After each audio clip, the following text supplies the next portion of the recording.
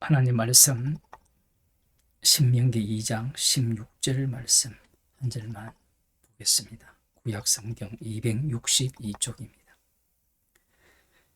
모든 군인이 사망하여 백성 중에서 진멸된 후에 아멘. 앞서 15절을 보면 여호와께서 손으로 그들을 치사 진중에서 멸하신 고로 필경은 다 멸절되었느니라. 약속의 땅에 들어가기 전에 왜 여호와 하나님께서는 친히 자신의 손으로 이들을 멸절시키셔야 하는가? 그냥 그들을 이렇게 깨우쳐서 데리고 들어가시면 되지 않는가? 그렇게 생각할 수 있고요. 또 하나는 그들은 그들이고 멸절된 자들은 멸절된 자들이고 그 후손들은 그들과 다르지 않느냐, 이렇게 생각할 수 있는데, 예수님이 자신의 피로 만드신 천국에는 죽은 자만 갈 수 있습니다. 주님과 함께 장사 지낸 바 되지 않는 자들은, 매장되지 않은 자들은 천국에 들어가지 못합니다.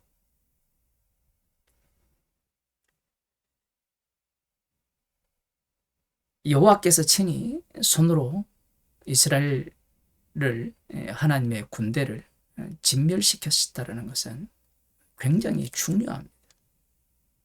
미리 결론을 말씀드리니까 흥미를 잃으셨나요? 창세기 32장을 보면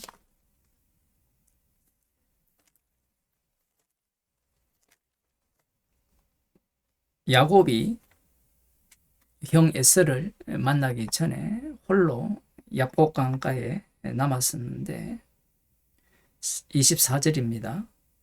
야곱은 홀로 남았더니 어떤 사람이 날이 새도록 야곱과 씨름하다가,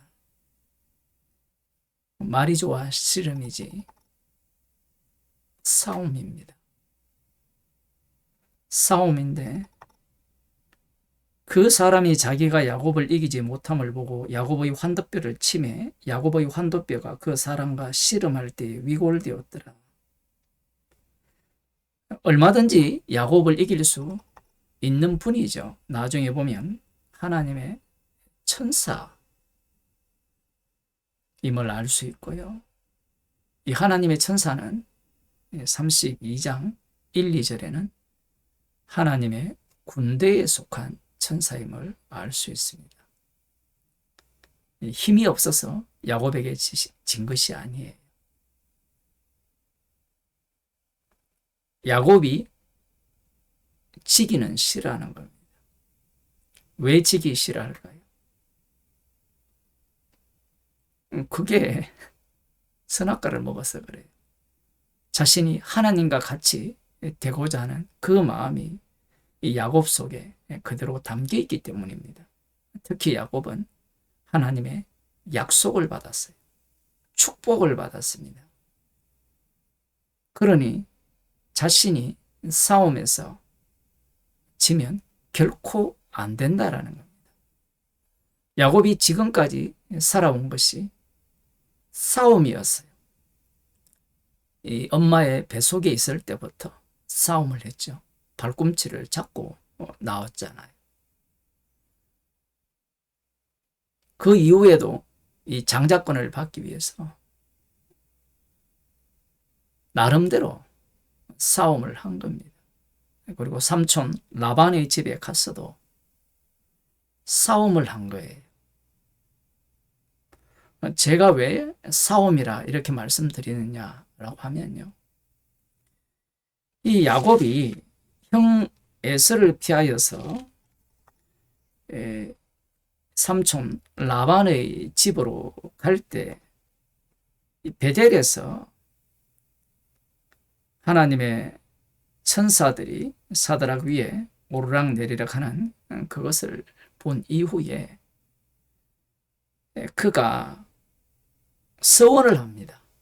18절에 보면 야곱이 아침에 일찍 일어나 배기하였던 돌을 가져 기둥으로 세우고 그 위에 기름을 붓고 그곳 이름을 베델이라 하였더라. 이 성의 본 이름은 루스더라.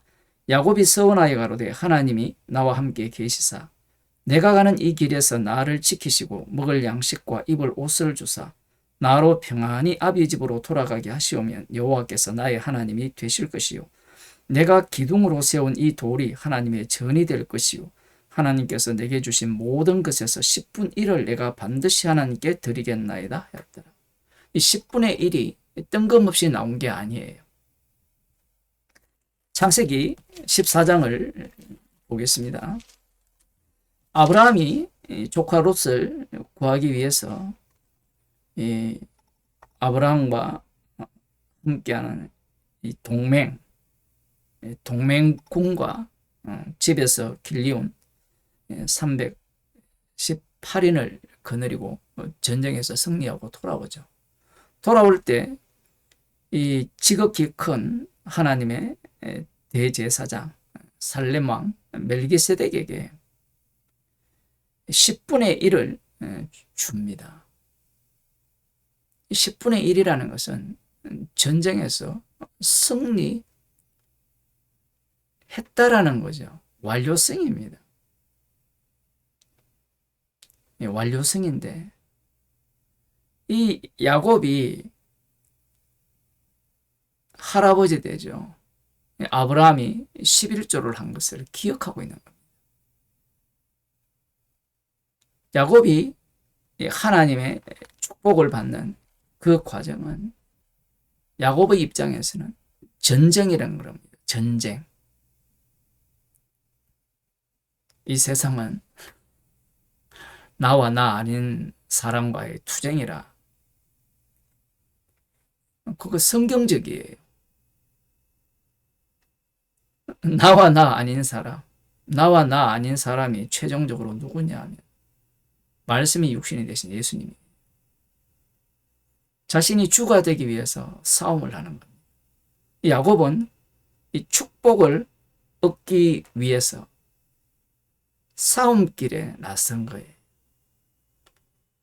그래서 누구에게도 질 수 없는 거예요. 지고는 못 배기는 사람들 있잖아요. 이 야곱이 그러해요.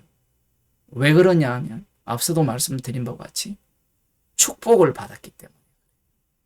축복은 받았는데 소유한 게 없잖아요. 그러면 그것을 싸워서 이겨야 되는 겁니다. 그것이 삼촌 라반을 속이는 방식이고 형을 속이는 방식이었던 거예요. 이 많은 재물을 이끌고 돌아오는 도중에 창세기 32장 1, 2절을 보면 야곱이 하나님의 천사들 곧 하나님의 군대를 만납니다. 야곱이 그 길을 진행하더니 하나님의 사자들이 그를 만난지라 야곱이 그들을 볼 때에 이르기를 이는 하나님의 군대라 하고 그 땅 이름을 마하나임이라 하였더라. 마하나임 유명하죠. 마하나임의 뜻은요, 두 진영, 두 군대입니다. 그 진영, 군인들의 무리가 두 진영이라는 거예요.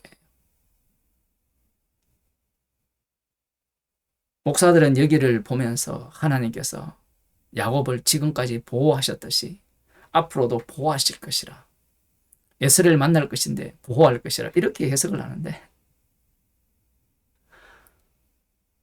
보호를 하면 하나님의 천사가 야곱과 싸울 일이 있습니까?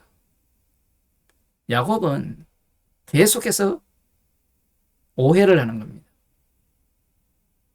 마하나임이라 이렇게 이름을 지음으로 말미암아 하나님의 두 진영, 이 군대가 나를 지킬 것이라 생각을 한 거예요.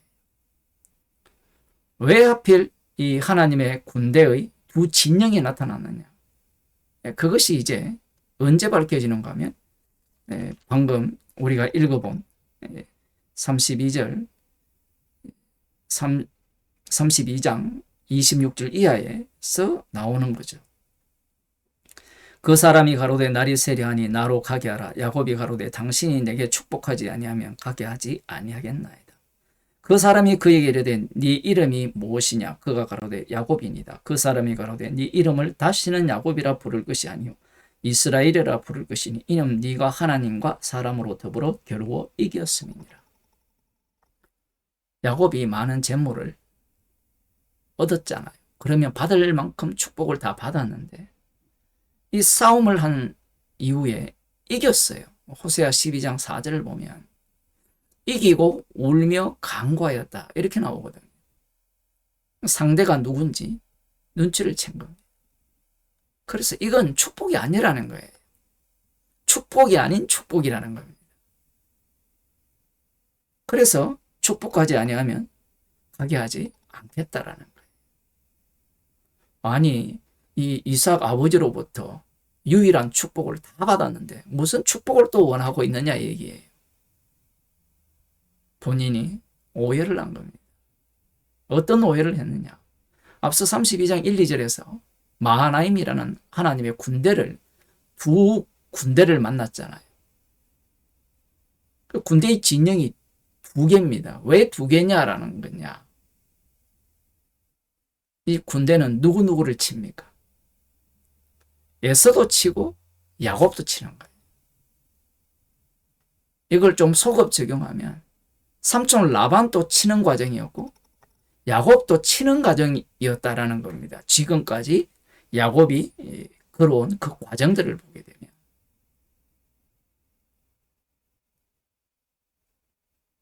하나님의 약속은 그런 식으로 이루어져요. 약속이 있으니까 나는 약속을 받았어. 축복을 받았어. 그러면 그 축복을 챙기면 되는 게 아니죠. 마치 예수님을 믿으면 구원을 얻는다고 할 때 그걸 챙기는 것은 축복받은 게 아니에요. 챙겼는데 사건이 일어나야 돼요.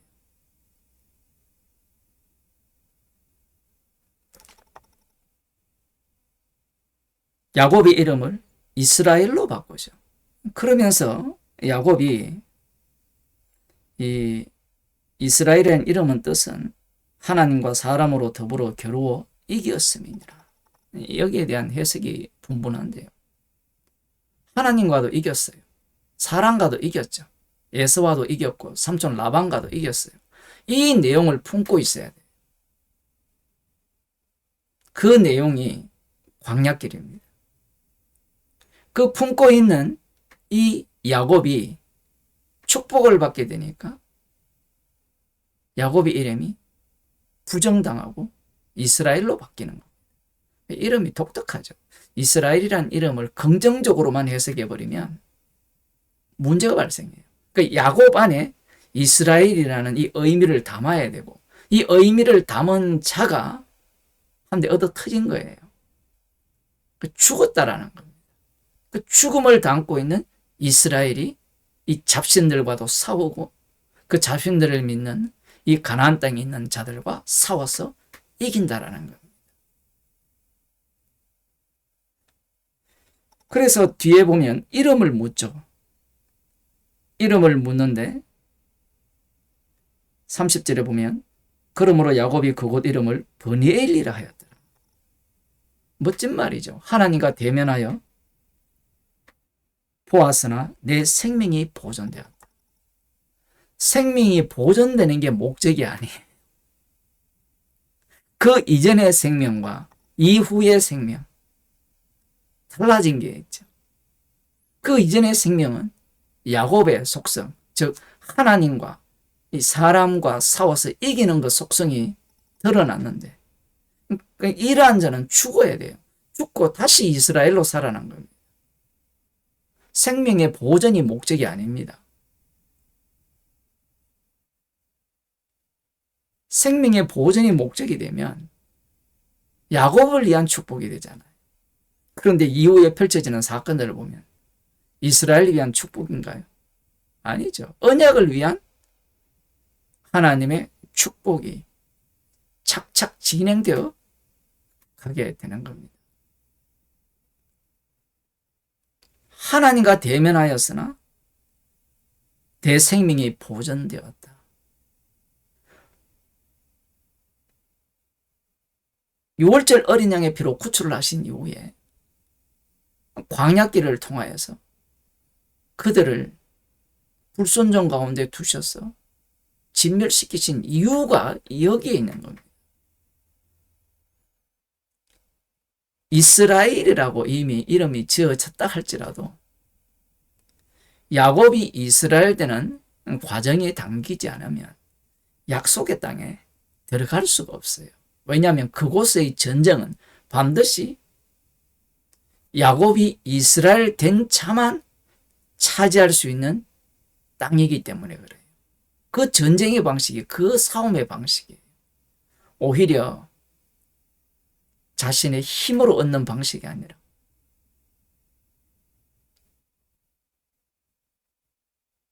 하나님께서 져주셨잖아요. 하나님의 본체신데 이 종의 형체를 가져서 십자가에 못 박혀 죽으신 겁니다. 그 내용을 이들이 담아야 되는 거예요. 그래서 반드시 이 이스라엘 백성들은 하나님의 손에 진멸당해야 하는 겁니다. 우리가 보기에는 앞 세대와 부모 세대와 광야 세대와 그다음 출애굽 세대를 나누는 것 같지만 나누는 게 아니에요. 나눠버리면 광야 생활 자체가 헛것이 되잖아요. 그 광야 생활을 그들 속에 그대로 집어넣는 겁니다. 그래서 오늘 본문에서 이 여호와께서 여호와의 손으로 그들을 멸절하셨다. 군인이 사망하였다. 군인이 도대체 40년 동안 누구와 싸운 겁니까?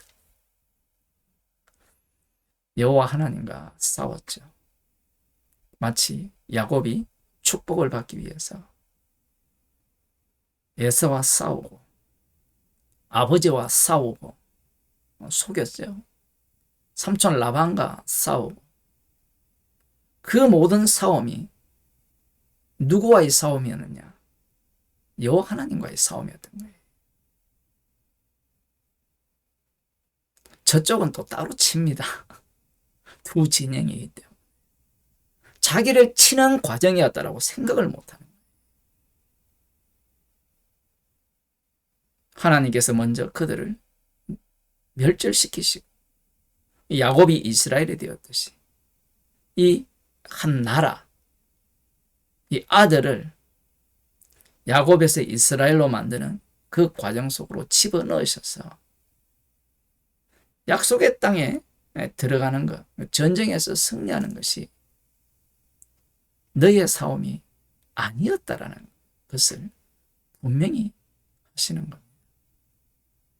성도를 십자가의 피로 죄를 용서하고 구원만 하면 되잖아요. 그런데 성경은 주님과 함께 죽여버립니다. 왜 죽이시느냐? 왜 매장시켜버리느냐? 그리고 왜 성도 안에 주님이 친히 사시느냐? 내가 아니요. 왜 그렇게 하시느냐? 그 이유는 십자가 지신 주님이 다 이루었기 때문에 그래요. 그걸 전가하기 위해서 정인으로 삼았기 때문에 그렇게 하시는 거예요.